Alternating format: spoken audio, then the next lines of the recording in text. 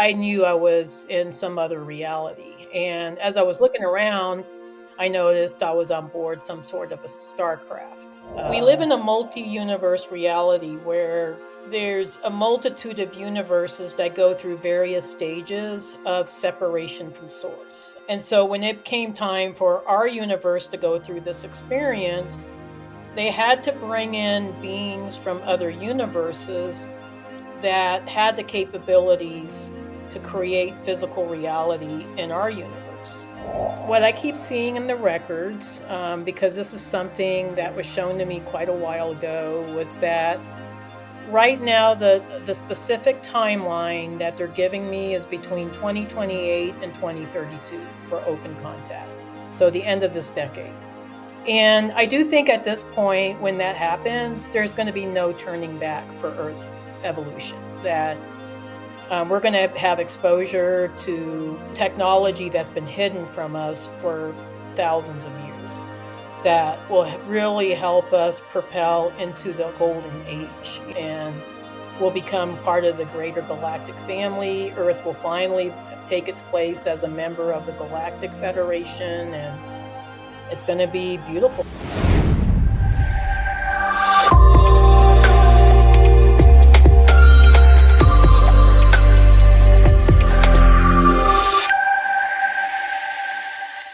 My guest today is Debbie Solaris. Welcome, Debbie. It's so exciting to have you with me today. I appreciate you being here.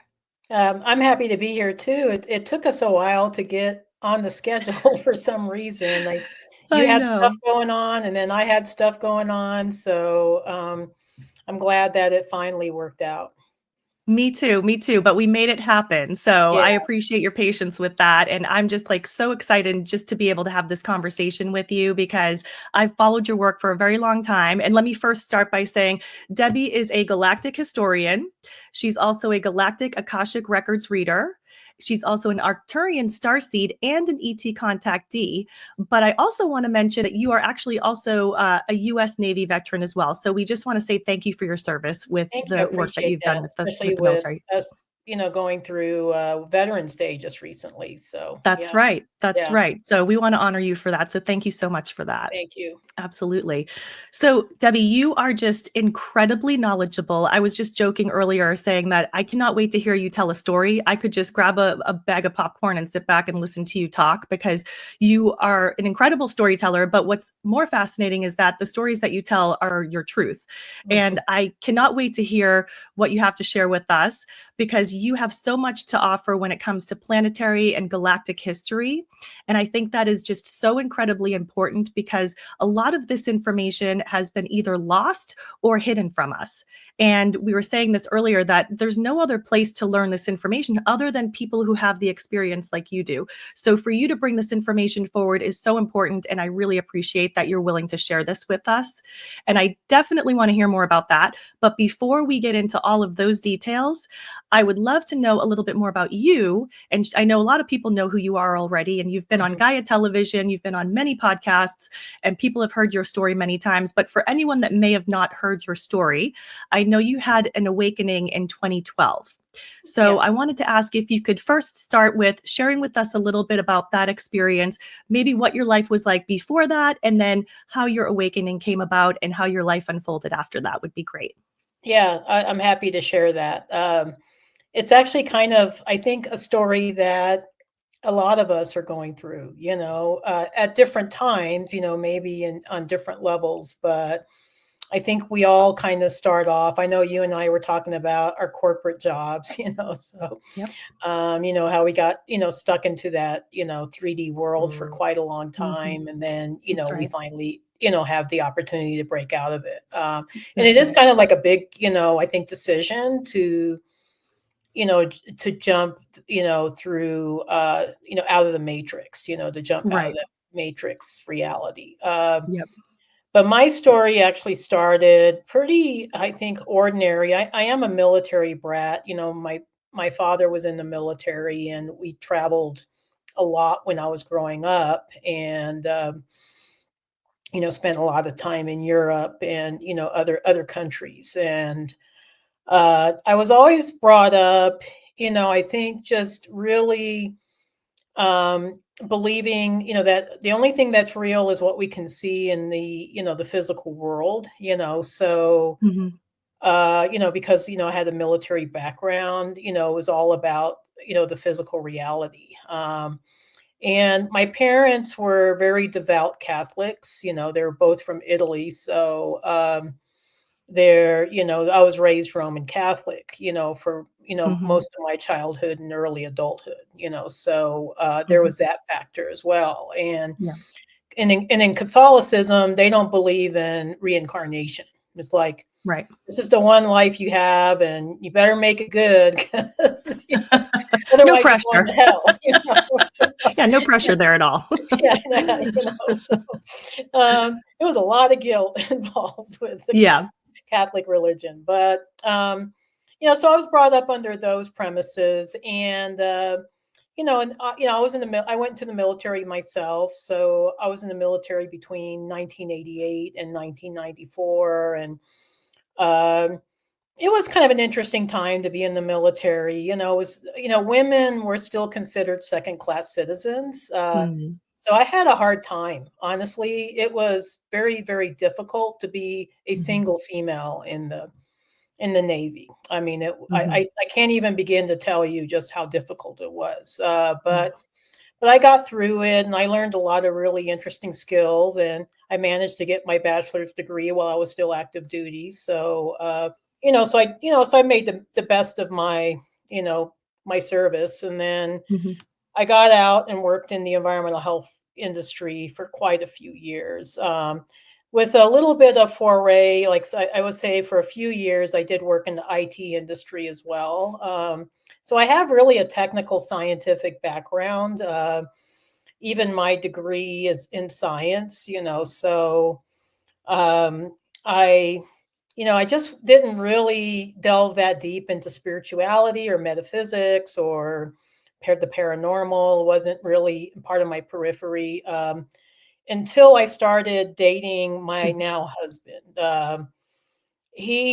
When we started dating, he was really into the paranormal. I mean, like, he still is, but he, um, was always doing deep dives, and, like, reading constant articles and watching videos, and so I, got exposed to that through him, and I noticed that he liked stories about UFOs and aliens quite a bit. And I I mean, I was just like, "What the heck is my boo reading here?" What's this Sounds like you crazy. were a perfect match. Yeah, no, I mean, it was just kinda, like, weird, but I think it just to help expand my consciousness, like, Mhm. okay, maybe there's some reality to it. Right. But at the same time, I was still pretty skeptical because I just always lived in the physical world. I had a Mhm. very kind of ordinary, upbringing, as I mentioned before. But Mhm. then in 2012, there was a lot of transition going on with, me and Terry, my now husband, personally, and then also I would say collectively. Mm. I would say 2012 was a really pivotal year for awakening. I mean, I think it just, Yeah. um, across the board, there was a lot going on that year, and in particular, people were talking about the end of the Mayan calendar. Right. And, what does that mean exactly? Mm. Mhm. So, I was I always kind of joke that I'm a spiritual worrier, not a spiritual warrior. So I worry a lot, So I was one of those chronic worrying kind of people, and so Mhm. I was worried about the state of the planet. I was worried Mm. about, what direction was humanity going into. And so one night I just fell asleep, and I I don't know, was couldn't sleep, and I was tossing and turning. So I just decided, you know what? I'm just going to send a prayer out to the universe, asking for divine assistance for planet Earth. And I included all the celestial beings I can think of, angels, Mother Mary, Jesus, Mhm. ascended masters. And then at the last minute, I decided to add galactic brothers and sisters, and I was on, I don't know what that means, but I'll just send that out there.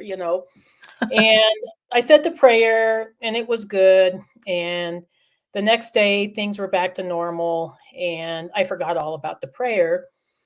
And about 2 weeks later, I would say almost exactly 2 weeks later, after I said the prayer, I went to sleep as normal. And when I came into consciousness, I found that I was in a different reality. And I always adamantly say that I know it wasn't a dream. It was just too real to be a dream. It was so everything was so crystal clear. I never had dreams that everything was crystal clear. Like all the details of the environment was, very, very defined, and the colors were brilliant. So I knew I was in some other reality. And as I was Mm. looking around, I noticed I was on board some sort of a starcraft. Wow. And, a lot of people think that, craft kind of look like what we see on sci fi movies, from Mhm. Hollywood. They always look really metallic and like Yeah. somebody built them. And that's not what these extraterrestrial ships really look like. They're actually quite organic, and they're made of light mostly. Mm. There's kind of a physical construct, a semi-physical construct to the space or the craft, but it's actually made of materials we've never even seen on planet Earth, and of light. So it's very, very, very organic. And the ship itself is a sentient being. It's its own consciousness. So it felt like the ship was leading me to a space. So it led me to this big space within the ship. It was kind of like a meeting room or an orientation space. And I encountered some extraterrestrial beings. And I knew immediately they were extraterrestrial because I've never seen beings that look like this. And they were kind of small, but they didn't look like gray aliens. I mean, they had the larger heads and the larger eyes, but I could tell immediately they weren't grays. And they just the energy they emitted, because I read enough about grays to know that people are usually pretty scared of them, but Yeah. these beings were very loving. I mean, you could just feel the Mm. love energy, so you can't feel scared when you're bathed in love. Mhm. So I was able to telepathically communicate with them, which was really cool. And I was formulating questions in my head, and they were answering my questions. And they told me that I was on board their starship. They told me where the location of the starship was. It was in our solar system, between I think the asteroid belt and Jupiter. So that's where it was located. And they told me they were Arcturians from the star system of Arcturus, which is in the Bodas constellation. And this is my first time ever hearing of this system. I was just like, "What the heck?" What is? And and within the space, they had like this holographic sphere that they were illustrate, like they would show me like a star map where this place was located. And and they showed me where their ship was located. So I got images and illustrations along with what they were telling me. And I asked them, why me? I'm nobody special. I'm not even really a believer. So they told me that I was actually one of them, that I was from their soul group. And that I was one of the souls that have chosen to incarnate on Earth to complete a mission. And they told me that I had forgotten my mission because of the dense reality of 3D Earth, and Mhm. they were there to remind me of my mission. And Mhm. they said they heard my prayer, and they figured after they heard my prayer that I was ready. I was ready to be of service. So that was really cool, because I didn't think Mhm. heard my prayer. You pray every day. It's just like, okay, Right.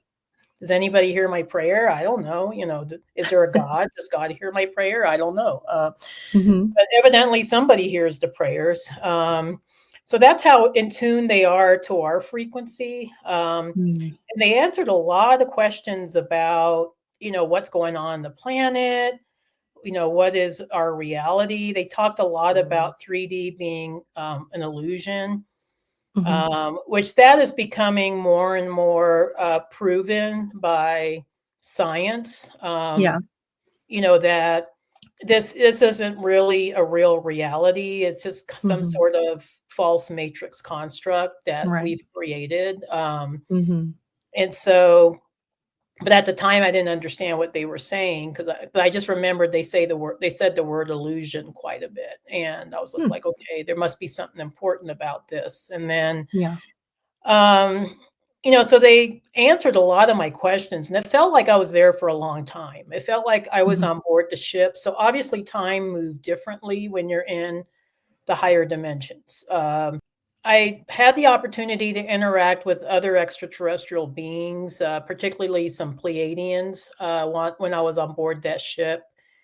And then I just woke up and I was back in my bed. And I did have a second visit on the ship. So that was in May 2012. And then the second visit I had, it was the same ship, different beings. It was the Pleiadians that I was interacting with, the second time around. And then Mhm. um, it was a shorter visit in Mhm. December. But I did notice even after my May visit that I knew I had changed. I knew that I was not the same person anymore. I don't know if I would go so far to say it was a walk-in. I wouldn't even say that. Mhm. It was just like something got activated, Sure. because all of a sudden I was able to see through dimensions.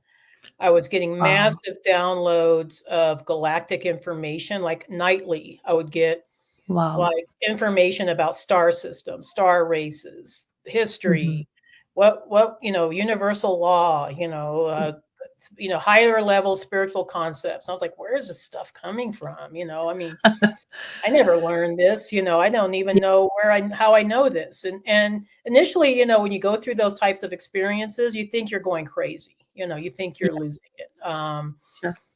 And so that prompted me to go through a 2-year period where I took any kind of spiritual class I could. Um, Mhm. Fortunately, I live in Colorado where we're pretty progressive spiritually here. There's a lot of spiritual offerings, so I had no trouble finding spiritual classes. It was, I mean, especially in the Front Range, there was, a lot Yeah. going on there. And then I was also doing a lot of research, just reading up on anything on extraterrestrial races I could. Mhm. And so I got exposed to people like Edgar Casey, Dolores Cannon, Alex Collier, Lissa Mhm. Royale Holt. I mean, and thank God for those people, because they confirmed, we were talking about how sometimes you need confirmation on information, but Mhm. they confirmed that the downloads I was getting was valid because I was just like, I don't know, where's this coming from? Right. So I got exposed to doing Akashic Records readings kind of by accident. I didn't set out to be an Akashic reader. I just was taking classes here and there. And so I was starting to take some Reiki classes, in my hometown of Castle Rock, which is just Mhm. south of Denver. Mhm. And uh, I was asking a teacher of my teacher, my Reiki teacher, like, I get downloads all the time, and it's all this galactic stuff. It's all ET related. Where's this coming from? And she says, "Oh, I think that's coming from the Akashic records." And I Oh. didn't even know what the Akashic records were until Mhm. she told me. And then she said, "I teach Akashic records readings, or how to read the Akashic records. You might want to take that class." And I said, "Heck yeah, I'll take it." And so I just found I had a natural affinity for it. Like even after Mhm. I went through level 1, it's kind of like QHHT where you go through Yeah. levels, you know. Mhm. Even after level 1, I started doing readings professionally, you know. So at the time it was just kind of like a side gig, you know, like okay, Right. you know, I still got my 3D job, Mhm. but I'm just going to do this as a hobby. And I remember my husband telling me, "I don't think you're ever gonna make a living doing Akashic reading." Oh, how he was wrong. He was so and I just laughed at him. I just knew that he was wrong, but I just laughed at Mhm. him. I said, "Well, we'll see." And it's kinda interesting, you know, he was so afraid of me retiring from my 3D job, and Mm. you know, because he was so concerned about the money. Because even though, you know, Yeah. my hubby's an awakened guy, he still has some Mhm. 3D programming that's Sure. Well, we still that's have a to lot. survive. Yeah, you know, there's you know, you still gotta pay the bills and all that. Right. So he was so worried that, "Oh my god, you know, if Debbie does this thing full time, we're not gonna be able to survive. We're not gonna be able to pay our bills because you know, Right. Colorado's expensive," you know, Mhm. but what was interesting was that once I decided to make that leap, you know, this was back in 2019, my income just increased exponentially. I mean, it was insane how much, I mean, it was just like I didn't have to try hard. And, Mhm.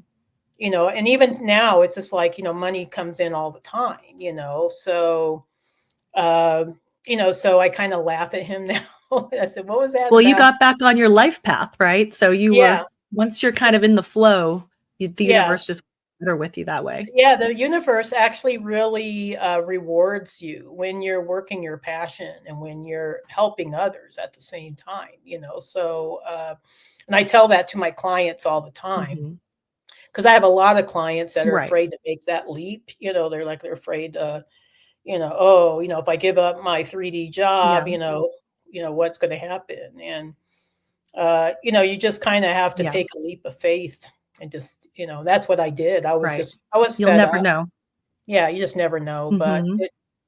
um, but, you know, I'm proof that, you know, that you can be a spiritual practitioner and be quite successful, you know, and, Mhm. Absolutely. yeah. So, to wrap up my story here, I was already pretty successful, you know, just doing readings and, you know, doing some presentations and teachings here and there, but I would say my big break came in 2020 when Gaia TV reached out to me and asked me to be on Mhm. the Beyond Belief show with George Norrie, Mhm. and I was really kind of nervous about it, but I said, okay, you know, I'll do it. And then that's when things really, you know, blew up for me, Yeah. and then you know the rest is history, you know. Mhm. So that's it. Yeah. I guess my story in a nutshell. I love it. Well, thank you for sharing that again, because I know you repeat this probably quite a bit. And Mhm. I did see you, by the way, on the Gaia television show. And I mean, I've been following your work for quite a while. And I actually remember hearing you tell the story on a video at some point about how you did make that prayer. And you influenced me because I then did the same thing. Because I was like, well, if it worked for her, maybe it'll work for me. Yeah. So far, I have not been taken aboard a ship. Oh, darn it. Shoot. Darned. There's Yeah. still time left, I guess. No, no, yeah, I think your time is I think a lot of us right now are having ET contact. I hear it Yeah. more and more. I mean, before it was like very rare, like it was like, you know, you were really different if you were coming out saying that you had Right. ET contact. But now it's Right. like almost every other person that is awakened, you know, has had Yeah. some sort of contact experience. So, Absolutely. and I would say Yeah. that's probably one of the reasons why, you know, people come to me for readings is because they've either been contacted by some extraterrestrial beings or some, you know, or they've had some sort of experience and they want an Mhm. explanation for what happened, you know. Right. So there's Right. that. They want confirmation of some sort, that they Yeah. have some type of connection. Absolutely. Well, thank you for sharing all of that. I know that's a lot to always have to repeat, but I appreciate you sharing because I Oh, just no wanted to worries. lay the groundwork, so Yeah. people understood what your background is. And going forward from there, I think, you have so much to offer as it relates to what the galactic history is. And, I did want to ask you about that because many of us have seen Star Wars. We all, Mhm. that's a very iconic movie that we've all seen. And it has been said that those stories are based on our true galactic history and what Mhm. really happened before we all ended up here on planet Earth. So I wanted to see if you could speak to that situation a little bit in terms of what the galactic history relates to. I know the Orion Wars is one of the set of wars Mhm. that took place. I believe that took place in Lyra, unless I'm not accurate about that. I'm going to let you correct me. And by Yeah. the way, I don't know if you can see my cat. It's so Yeah. funny. They actually do not ever They bother they me heard when the I'm word recording. Lyra and had to come around, so It's they're just acting up like crazy right now. Like I have two yeah, of them, and one is like jumping up behind me, and the other one's on the desk. So yeah, anyway, they must feel the energy, the Lyran yeah, energy. no, I think it's that word Lyra. They're like, "Oh, yeah, that's our home planet," That's so us. That's us. that's us, yeah. Yeah. Um, So um, yeah, if you can share a little bit about that, that would be great. yeah, I would say, so there's been various galactic wars, so the Orion Wars actually occurred in Orion, so that's separate from the Lyran Wars, which, the Lyran Okay. Wars happened in Lyra, so these are two Right. separate constellations. I think since you mentioned Star Wars, I'll get into the Orion Wars first, and then Sure. we'll talk about the Lyran Wars. Okay, great. So, unfortunately, I would say that was one of the first things I started downloading was all these galactic wars. And I was like, "Holy crap, what is this?" I mean, this was like way worse than anything you would ever see on Star Wars or Star Trek or I mean, Yeah. I don't know, it was just like, holy crap, it was Wow. like massive devastation, Wow.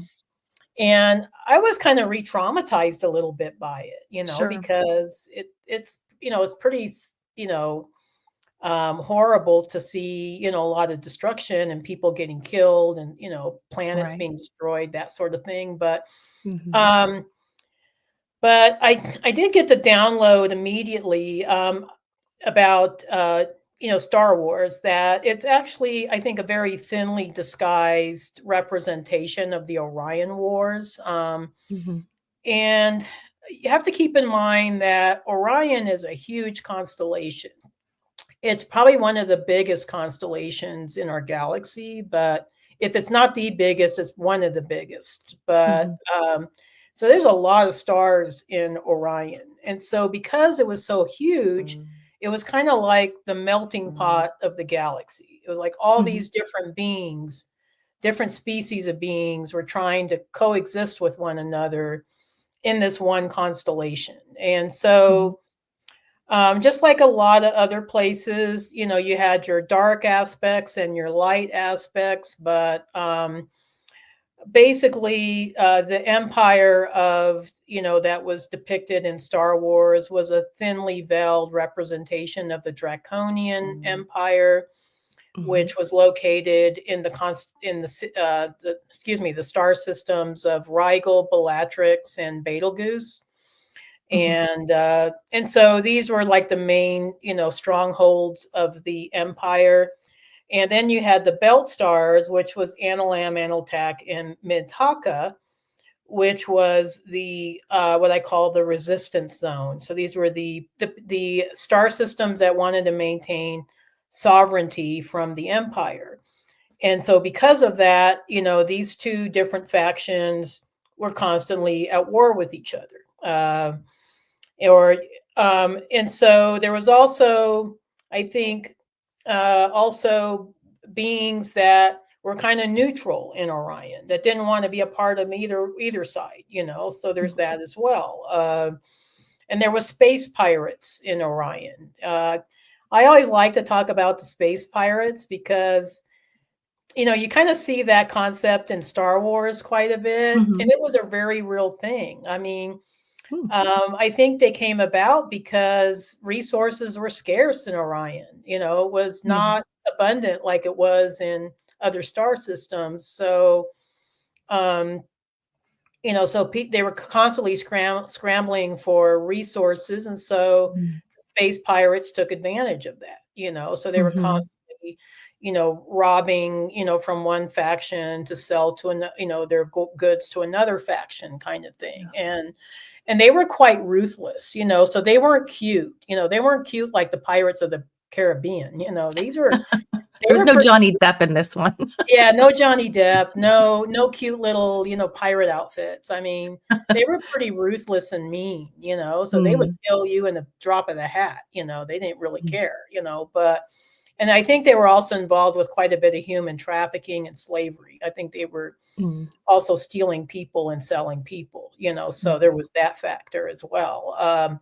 But getting back to the wars, so the Belt Star people were trying to maintain self-sovereignty, but they were lacking in resources. So they reached out to the Galactic Federation, which one of the major strongholds of the Galactic Federation is in the Pleiades, which if you look on a star map, here's Orion and here's the Taurus constellation. So Pleiades is in the Taurus constellation. So they were fairly close to Orion.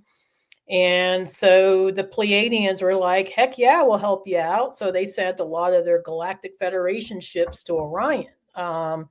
So now we're having more than just the Orion people involved with this war. There's the Galactic Federation, which is actually kind of an alliance between all these different star systems that have decided that they were going to band together to maintain peace and unity throughout the galaxy.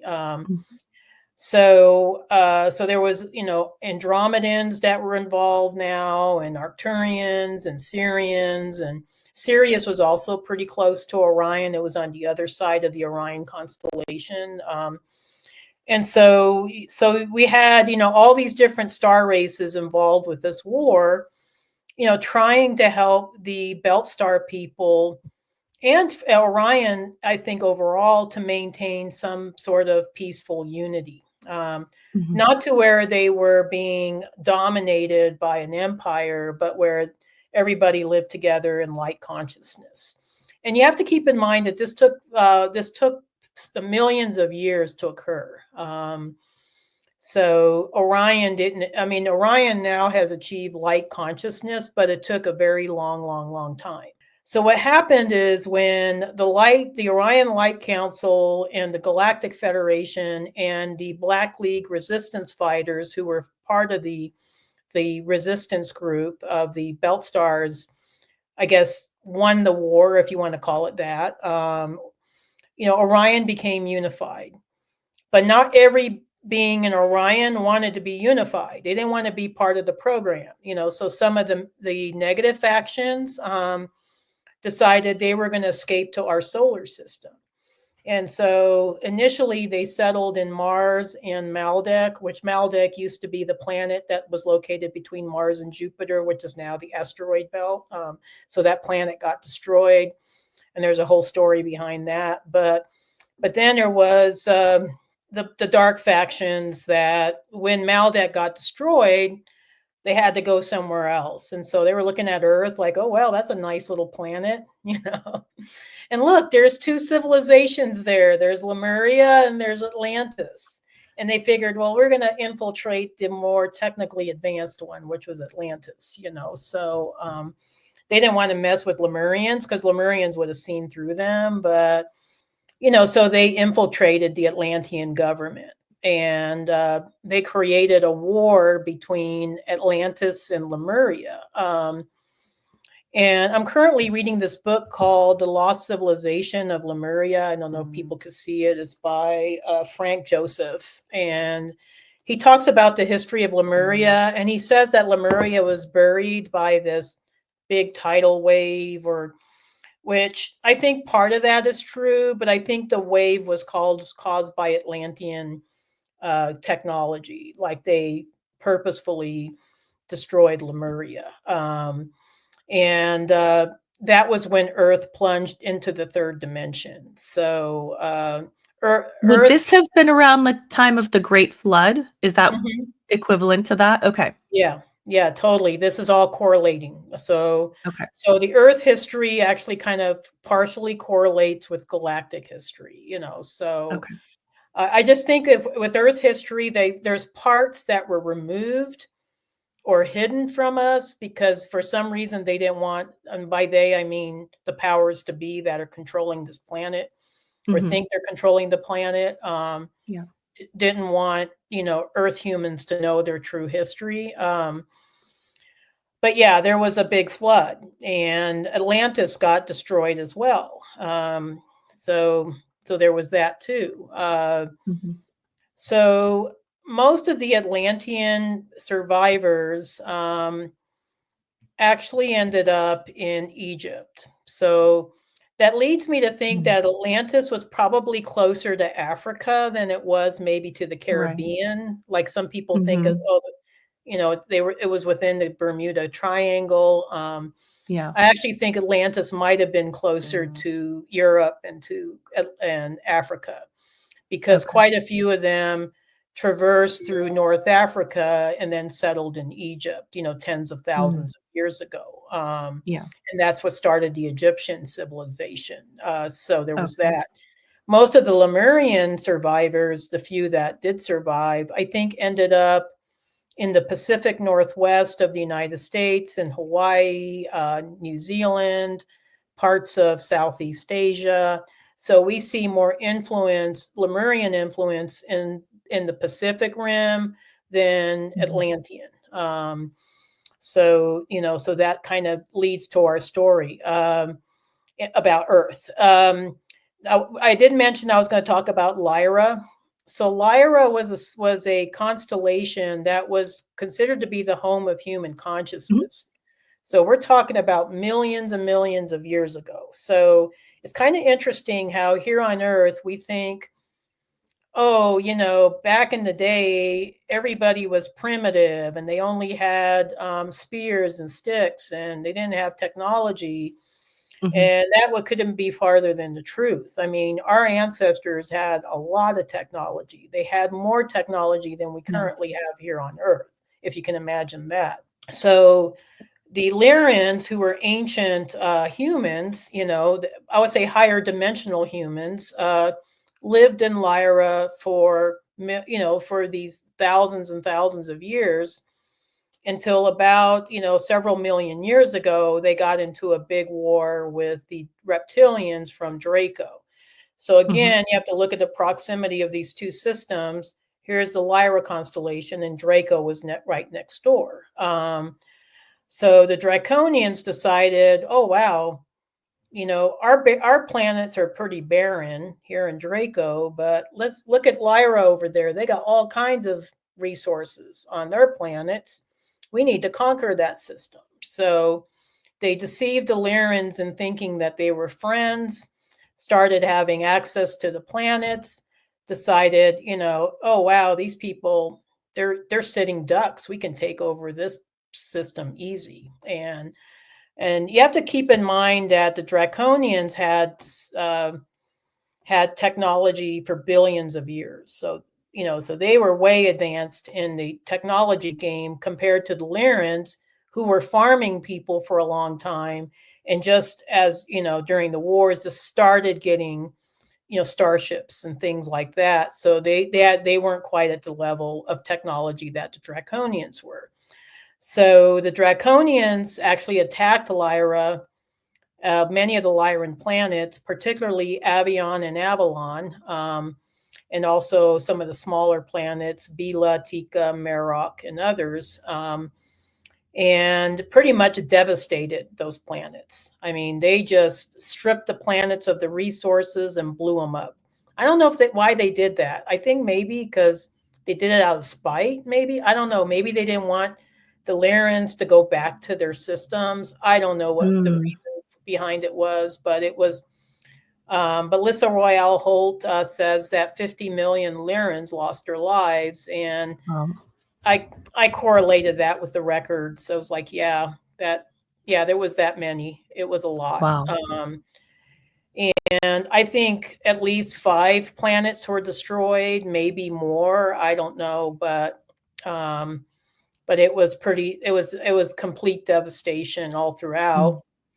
And so these Lyrans, I would say a lot of them lost their lives, but there was a few survivors. And these people, you have to keep in mind, yeah, they got, hoodwinked by the draconians, but they weren't stupid people. I mean, they were very resourceful, because they were surviving out in space for years, looking for their next home. And that takes, I think, a certain amount of ingenuity to be able to extract water from asteroids and be able to grow plants on their, starships, so they weren't stupid people by any means. They were just unfortunate to be, attacked by a more advanced civilization, but so these people traversed all throughout the galaxy. So pretty much all humanoid races that are currently dispersed throughout our galaxy are probably in part descendants of the Lyran and the Vegan people that were refugees. So how that impacts us here on Earth today is that we all have this sense of, I can never go back home again. Home is somewhere else, but my home no longer exists. I remember going through a devastation. It's like almost like a archetypal soul memory that a lot of us have. I've Right. done thousands of Akashic readings, so I know I've seen this in a lot of people's records. They, Mhm. they go through uh, these same themes of loss and devastation and trauma and then betrayal, disappointment, homesickness, so all of these Mhm.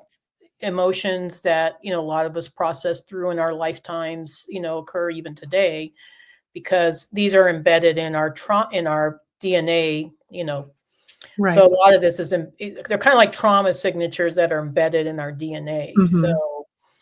So we replay these components over and over again in our lives to certain degrees. Right. And this can affect our physical health as well, Mhm. uh, so the Lyran Wars pretty much started everything, so in uh, and the way it affects us today is a lot of us uh, are replaying these lessons, and I don't know how to explain it in a way that is brief, but it's almost like, the Lyran Wars pretty much started the expansion of the galaxy, so it was Mm. almost like it had to happen because Yeah. otherwise we'd still be in Lyra, we'd still be, Right. we would still be in our happy little places in Lyra, Yeah. so we would never have evolved to this point. Right. Yeah, So real quick question, well, 2 yeah, off the cuff questions.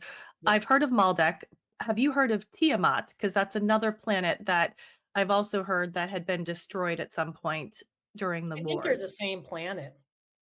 Okay. I was Yeah, wondering that too I because think I've it's heard just that. maybe people have called it different things, but I do think they're the same planet because the stories Mhm. seem so similar that it's like, Right. and I know people call things different things. Like some people call them Right. Muriamu and, so Right. Right. yeah, so, Exactly. so And then I know that Lyra is supposed to be the home of humanity where we originated, as you just mentioned, but also there's a strong connection to the feline race. So I mhm. always wondered about that. How do you square that? I mean, when we say that, are we saying that it is the home of the humanoid in general, and regardless of what species? I think it's the home of probably almost every sentient being there is, but so we got to keep in mind about how did Lyra get created? So Mhm. Lyra, why Lyra? Okay, so Lyra is a tiny little constellation. It's not very significant if you're looking on a star map. It looks like a little kite. It maybe has 13 stars. But the reason why the co-creators of our galaxy chose Lyra was because it had the very favorable conditions for physical reality. So, Mhm. so it was one of those places where the planets were quite viable, that you could have physical life in. Now, we live in a multi-universe reality where uh, there's a multitude of universes that go through various stages of separation from source. And so when it came time for our universe to go through this experience, they had to bring in beings from other universes that had the capabilities to create physical reality in our universe. And so the two founder races that I think we talk about a lot are the felines and the avians. Mhm. A lot of people are also really fascinated with the blue avians or the avians Mhm. beings or whatever.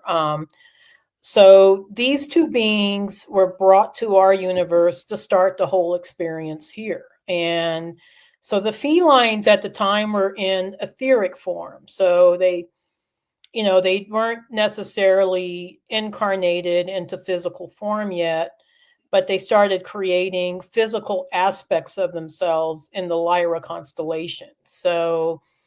Um, so they had to manipulate the DNA with other beings that they created so they wouldn't ascend too quickly.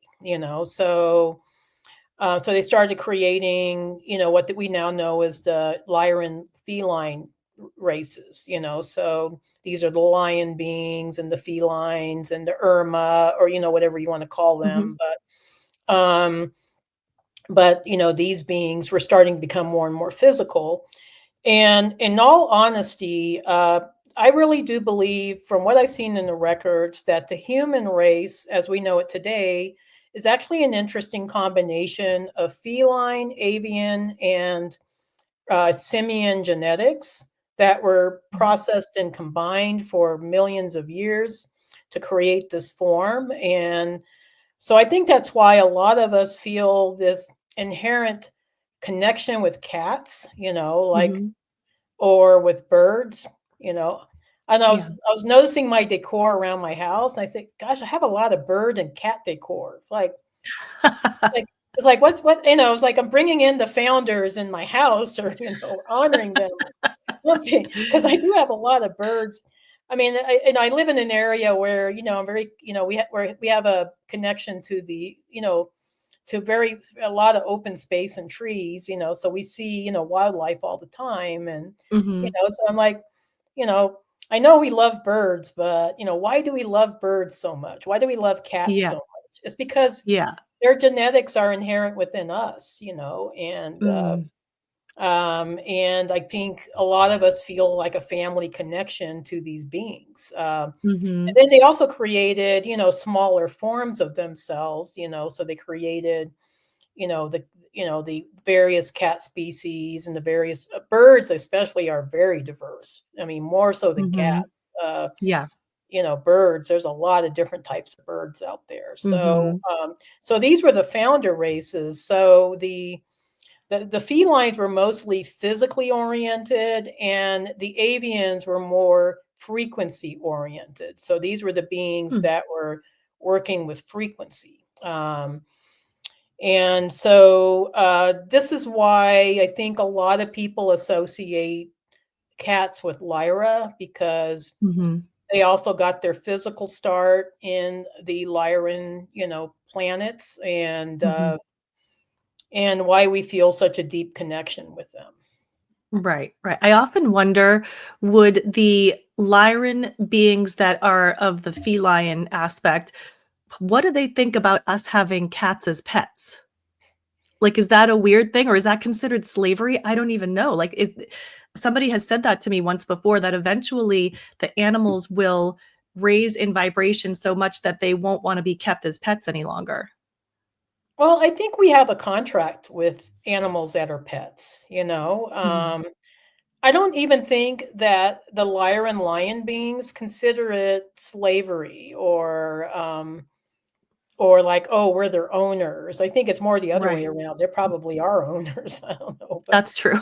I but know my cats are. They tell I me know it's like, when it's time to sometimes I'm like, eat. who's the master here? I think it's really the cat, because I'm doing Exactly. everything for the cat, and the cat's just having a good old time, but no, Exactly. I've owned cats before. I don't have one now, but I've had cats for pretty much all my life, and Mhm. sometimes I felt like I think I'm more the slave, but Right? I know, it feels that way.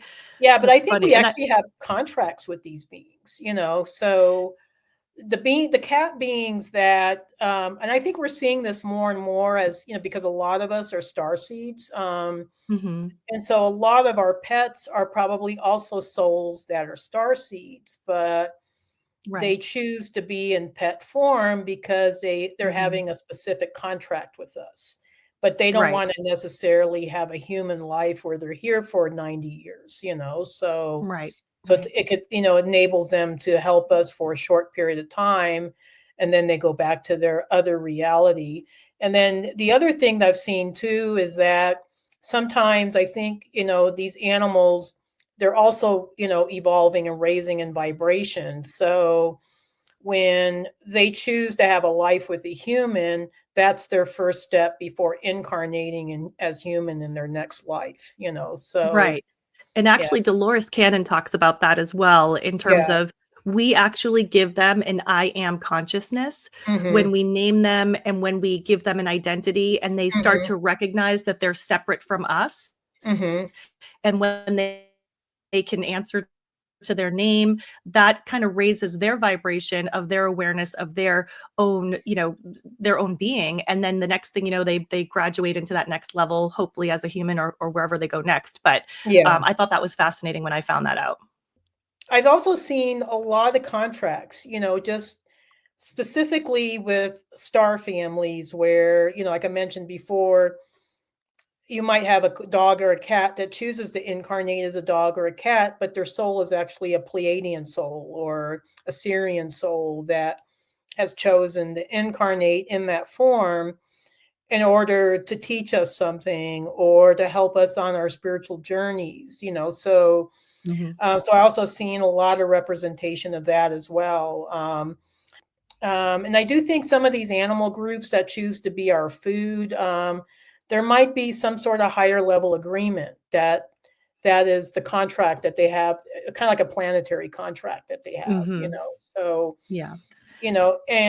so they have chosen that to be of service to that degree. And to me, it's Mhm. kind of like if a being is choosing to be at that level of service, this is nothing against the vegans or people that choose to eat, Right.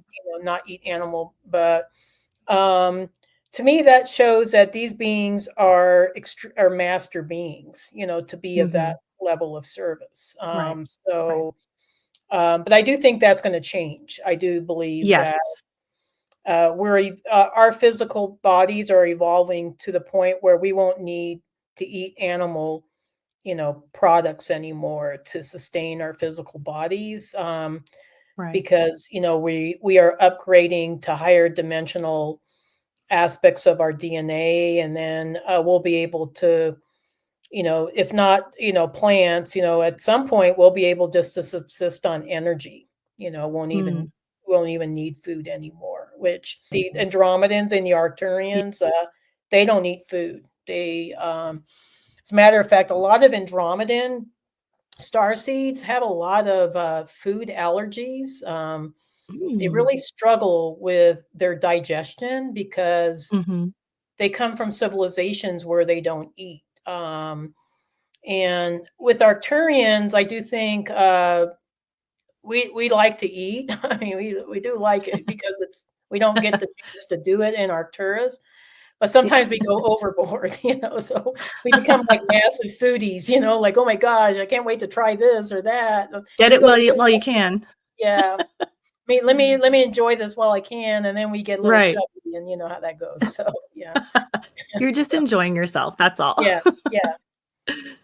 Well, yeah, I've actually heard Dolores Cannon talk about that as well with the animals, that the Mhm. contract for them sacrificing themselves as food is up. and that's probably why we're seeing people lean in more of a vegetarian vegan direction for their Yeah. diets now, is like just innately into, we're intuitive to what that is, and we're all kind of leaning in that direction now. Yeah. But I want to switch gears a little bit and talk about the Draco reptilians, because I Okay. think they're fascinating.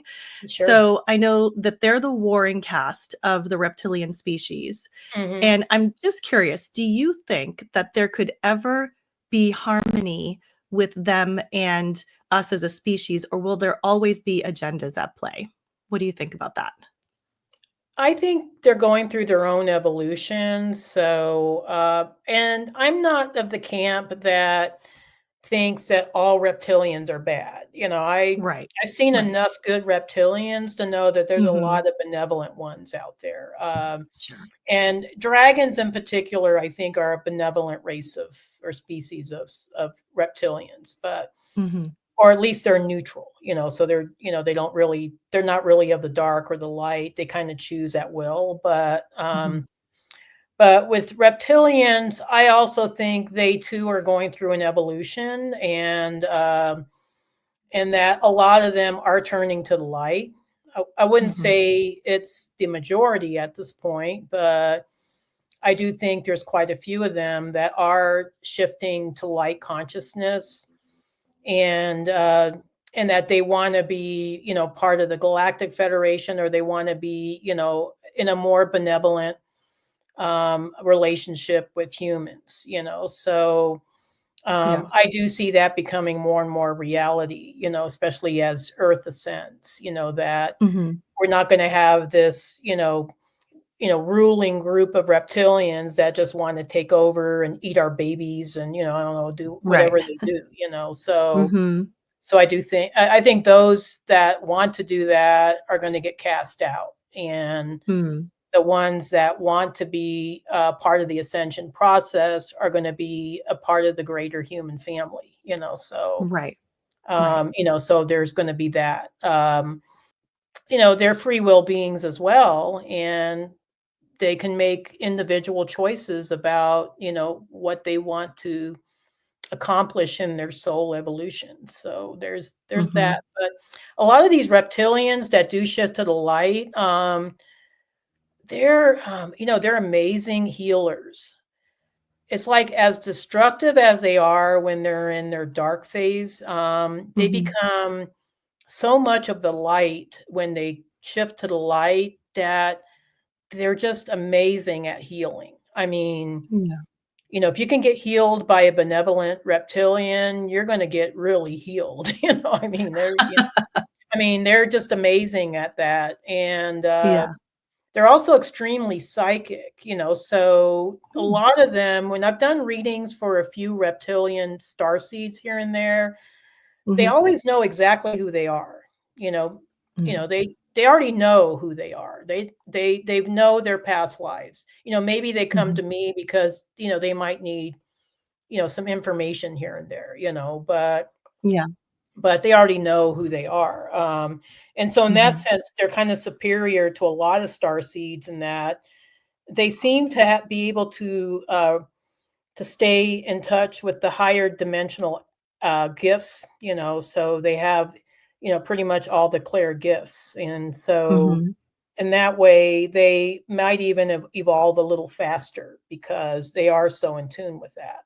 I don't know if that answers your Mm. question, but that's how Yeah, I see no, it. it does. I'm Yeah. just always fascinated to hear more about what the psychology is behind that species, because you do hear a lot of different things. And, Mhm. and I agree with you. I don't think any one species is fully good or fully bad, just like humans, right? We've got a mix of everything here. So why wouldn't that be the case with every other species in I the mean, there's cosmos? So, negative. A lot of people don't realize this, but there's bad Pleiadians out there. There's negative Pleiadians. mhm.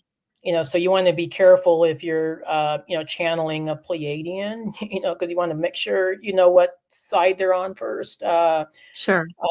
So there's that, and there's negative Syrians. I never heard of any negative Arcturians, but there might be. I don't know, Mm-hmm. but I think there's certainly there's all kinds. With even with Right. different And even gray aliens, there's very Mhm. benevolent gray aliens, and then there's some that are not, so there's that Right. too. Right.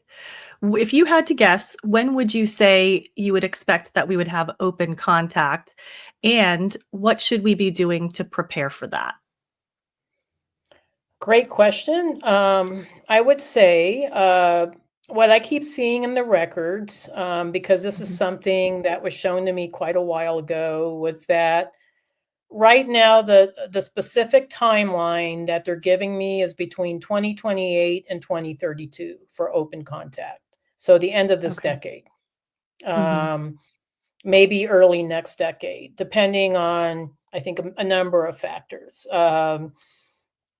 I do think it's gonna be at the point where we all know about it. I mean, there's no gonna be no hiding, there's not gonna be any, dark governmental agencies trying to, gaslit light us into thinking it's something that it's not. I think we're Mhm. all gonna know about it. And if I had to guess, I would say that most likely it'll be the extraterrestrial races that are located closest to us. So that would be the Venusians or the Alpha Centaurians. And they're the most like us as far as their physical bodies. So it won't be quite as shocking to people.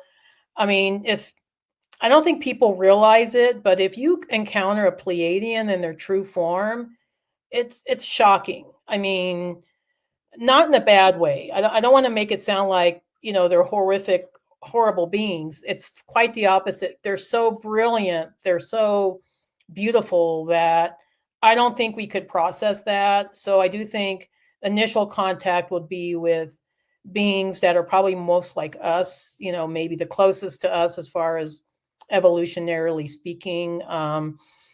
Uh, which don't get me wrong, the Alpha Centaurians and the Venusians are way ahead of us, but they're a little closer to us than Pleiadians. But then we'll meet up with Pleiadians and Arcturians and Syrians and all the races that we all know and love.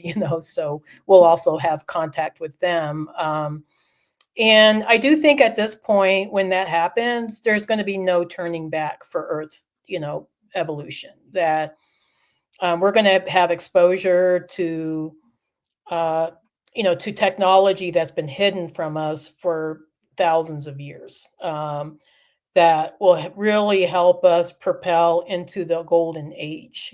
So all this stuff about the age of Aquarius or the golden age or heaven on earth is going to become a reality. And will become part of the greater galactic family. Earth will finally take its place as a member of the Galactic Federation, and it's going to be beautiful from here on out. But it's not going to happen without some bumpy. I think I would say the next few years are going to be pretty bumpy. I do think things are progressively going to get better, but it's not everybody's going to be on board, if that makes sense. And there'll be quite a few souls that'll get attritioned out because they won't be on board. So we might see a bit more death. I think most of the attrition will happen through death, where people would just die early, or because they're not really contracted, or they choose not to be part of the ascension. So they'll continue having lifetimes in other 3D planets. But Earth is actually on its way to being a fifth dimensional planet as we speak. I don't know if you've noticed this. My husband and I notice it quite a bit, but the sun right now, the sun used to be yellow. The Mhm. sun right now is white. I mean, Yeah. everything just looks bright, like really Yes. bright. Like the Mhm. colors outside are so much more brilliant than they used to be. Mhm. The details are really sharp. It's not that kind of hazy kind of reality that we were used to Right. even 10 years ago. Mhm. So things are definitely shifting, and we are ascending as we speak. Yeah. So we're going to see more of a separation between people that want to stay in the 3D and those of us that are part of the ascension. Mm-hmm. Yeah, it's an exciting time. And, Mhm. I'm excited for it. And I'm doing whatever I can do to help prepare and also prepare friends and let them know what's coming so they can do what they need to Oh, do as well. that was the second Yeah. part of the question Yes. was can we do to prepare?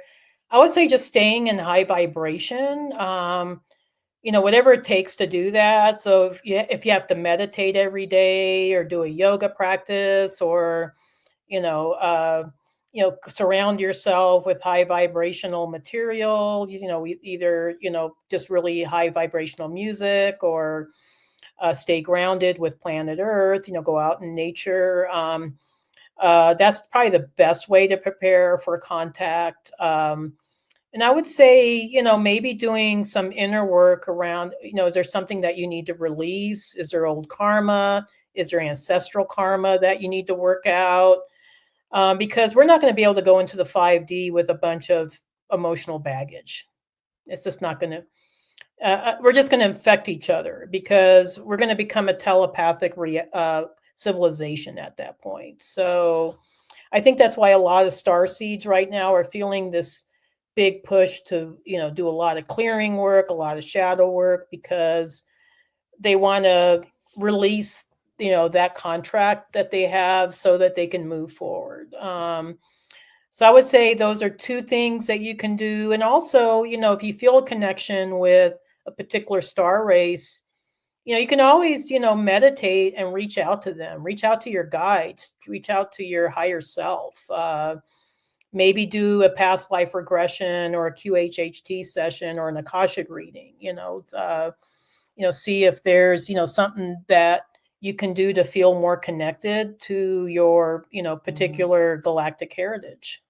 You said something that was interesting. I didn't even think about this. Like, we have to heal ourselves because once we become telepathic, you're just spreading that trauma on, like, Mhm. without even realizing it, because people are just going to automatically pick up on it. Right now, we can kind of shield it where we Mhm. don't pick it up from each other. But that's really an interesting concept to think about that.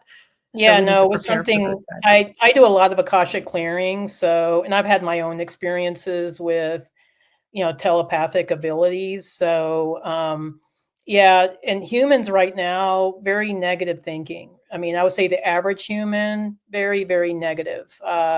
We have to heal from that. We cannot be Mhm. exposing each other to that level of negativity because there's no way that we can exist in the 5D, with those kind of Yeah. negative thoughts and things like that. So, Right. but yeah, it is an interesting concept, and I do think that's right why right now we aren't a telepathic civilization yet, because it's Right. giving us time to do that clearing work.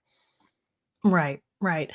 And so I know you used to give Akashic Records readings, but you're no longer doing that, which I'm sad about because I would love to get one. Actually, But, I am. oh, you are? I am. Oh, It's good. kind of Okay, well, yeah, I'm it's gonna kind of on the down low, okay, because oh, okay. I have 3,000 people on my waiting list, and Oh I've my had goodness. people that have been waiting for years. So I have to take care of those people first. Sure. So if you want to be on the waiting list, you can, but you have to have the understanding that you might be waiting for probably at least a couple of years, Sure. because I don't even know if I'm going to do 3,000 readings. Yeah. But I do them when I can because I like to stay, connected to the records, and I Mhm. honestly enjoy helping people. I just don't want people just to have readings because, oh, Debbie's been on Gaia and she's well Right. known. So, kind of the looky loos, Yeah. I want to work with people that are serious about their spiritual path and, Sure. really going to benefit, from a reading. Mhm. Yeah. But yeah, yeah, I am doing readings, but on a very limited basis. I would say that. Gotcha. Um, Okay. but I Well, just want that's to a good correct you. problem to have. Yeah, it is a Well, problem, but it is a good problem to have. Yeah. and are there any other projects that you're working on right now?